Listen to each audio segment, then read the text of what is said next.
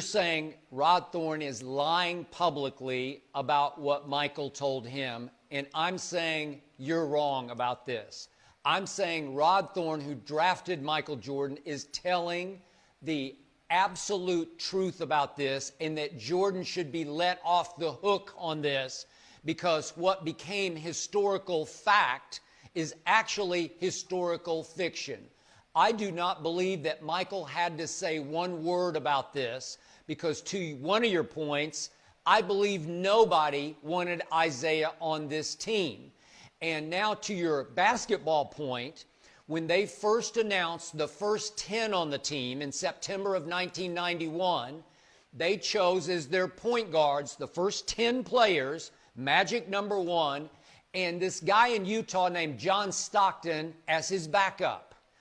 John Stockton is the all-time assist leader and played pretty dogged defense, as I remember. He would really get up in you and make it tough on you. So I don't have a problem with taking John Stockton as the backup pure point guard to Magic on a 10-man dream team. Then about 6 months later, they had 2 more spots. What's that? Say it again.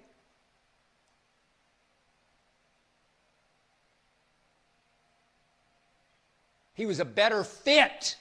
Better fit.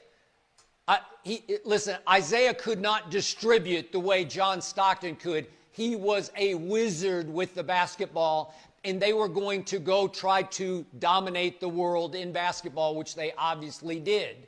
So as a pure point guard backup, yeah, I'll take John Stockton. And by the way, it's not like Isiah was 6'5". He was 6 feet-ish, 6'1"-ish maybe.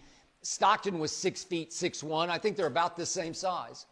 I don't think so. Not much. Maybe an inch. Maybe. I'm not even sure about that. So the point is that 6 months later, they announced that they picked Clyde Drexler over Isiah Thomas as the 11th man, and then they had to have one. They wanted to have one college player, so they took Christian Laettner over Shaq at LSU. You could debate that all day long. Christian obviously had a better college resume than Shaq did, but anyway, they wanted one college kid, so they took Laettner. And yet, John Stockton broke his leg. It healed fairly quickly, but guess what they announced? That the alternate for point guard was not Isiah Thomas, it was Joe Dumars. What? So they're saying they had in the pecking order behind John Stockton, they had Joe Dumars before they had Isiah Thomas. Wow, okay. And then Jackie McMullen wrote her Dream Team book, and this is where it all started, because she quoted Michael Jordan in her book as just reportedly telling Rod Thorne, Rod, I won't play on this team if Isiah Thomas is on it. So that's when it started. Yet Jackie helped Magic and Bird write their book When the Game Was Ours years later. And in that book is the quote that you just referred to. Magic said, Isiah killed his own chances when it came to the Olympics. Nobody on that team wanted to play with Isiah. So that Jackie wrote that quote, obviously, but it was from Magic for the sort of as told to book that Magic and Bird did with Jackie. Okay, so that quote alone right there should just absolutely obliterate this notion that Michael was the one who said no. It sounds like everybody was saying no to Isiah, because you said earlier in the show, he was the smiling assassin. He had that great smile. I love Isiah. I get along great with him. I love having him on the show. But he is that smiling assassin, man. He's got the greatest smile ever, but he grew up on the rough side, south side of Chicago. Yeah, and he is west side. He was west side. You're right. And he was tough. He was as tough as they came. Time out. You have told me repeatedly on this show, Ryan Fitzpatrick is an every other year wonder. That just when you come to trust him, to depend on him, to expect that what he did last year, he'll do next year, you're in trouble. You're always disappointed by Ryan Fitzpatrick. Yes. So he did play pretty to very well last year. Yeah, he beat the Eagles late in the year. He went up to Foxborough, and He beat Belichick's defense with a last-ditch late-game drive. Yep, he did. He beat Tom Brady. Did. He drove. He beat Tom Brady. Yes, he 80 yards in 13 plays with 2 minutes left to beat the vaunted Belichick's overrated and exposed defense. That's what Ryan Fitzpatrick did to knock Tom Brady out of the 2 seed after he did what he always did, which was another fourth-quarter game-winning drive that got canceled by Belichick's overrated defense. But the point is, Tua is in the perfect spot with a much better team and roster than Joe Burrow has in Cincinnati to start from the start. I don't get it. If he's what you say he is, both health-wise and ability-wise, a lot of people say, oh, he's special. He's freakishly, he can do good lightning release, deadly accurate, blah, blah, blah, blah, blah.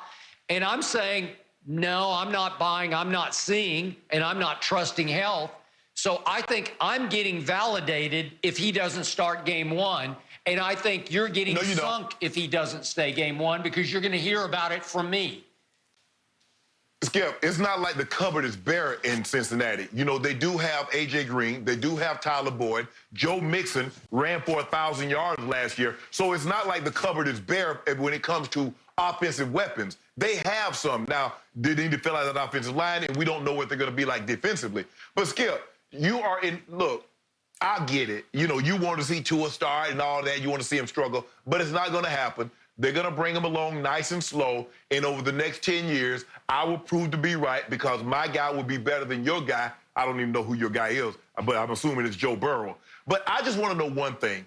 Why do you do this? When Peyton Manning and Tom Brady used to go head-to-head and Manning would lose, they would say Brady beat Manning. They never said Brady beat Tony Dungy's defense. Now, when quarterbacks beat Tom Brady, they beat Belichick's defense. Why is that? So I must tell you, my microphone just fell off, so I'm going to have to hold it here. Good. And Ernestine does such a great job of miking me up in the morning and running my camera. She's downstairs right now because she's turned into this sort of compulsive cooker cleaner, which it's just the age, the time that we're in. But she'll be up here in just a moment to fix my microphone. But at least it gives me a chance to point out that once again on Friday, I'm wearing goat on goat. So you can see my microphone, but you can also see my Lil Wayne necklace, goat, on Jumpman logo, goat. And that's all you need to know as we head towards Sunday night and we get to see the true GOAT in action in episodes 5 and 6. So, again, to sum this up, Burrow will be better than Tua, and Burrow will do what should have happened to Tua. He will start from game 1. And I think you are afraid of Tua's health, and I think you're also afraid of his ability. Oh, I'm definitely not afraid of his ability. I'm not afraid of his health, and I believe that he gonna probably miss the first couple of games because Fitzpatrick's going to be in there, and he'll probably stink it up, and then Tua will come in there and light it up and be Rookie of the Year. Ta-da, and there you have it. All right, we're not done yet, guys. Did LeBron just respond in his way to the Last Dance? If I could snap my fingers right now and have Cam Newton as my backup quarterback going into the season, yes, thank you, God, I'll take it. Now, how you would pay Cam, would he take $1.1 million to play for Dallas? I doubt it, but who knows? Maybe it'd be his best shot. I don't know. But if Cam thought he had a chance to actually get to play some next year for America's team, maybe. I'll say this for Dak. He's got such strong football character, such a football backbone to him. He seems so confident in himself. He wouldn't be threatened by Cam Newton as his backup the way, let's say, there's been speculation about Cam going to the Rams. I think Jared Goff would be threatened by Cam Newton. I think he might crumble a little bit under the pressure of having Cam Newton, former MVP, looking over his shoulder pads. But Dak, no, he would be just fine. And I would be just fine with the all-time former MVP insurance policy of Dak Prescott of Cam Newton as my backup to Dak. Again, I think this negotiation has gone completely south and is going nowhere slowly. So I'm hoping that they would land him as a backup quarterback, even over Andy Dalton, who might be a better long-term fit, obviously, as a backup quarterback. Skip, here's the thing, though. Cam, you want to play football? All we have is $1 million, $1.1 million. You can either play for $1.1 million or you can go home and make nothing. Now, let me tell you what happened, Skip. Okay. The quickest thing I realized, Skip, after I was out of work for a couple of years,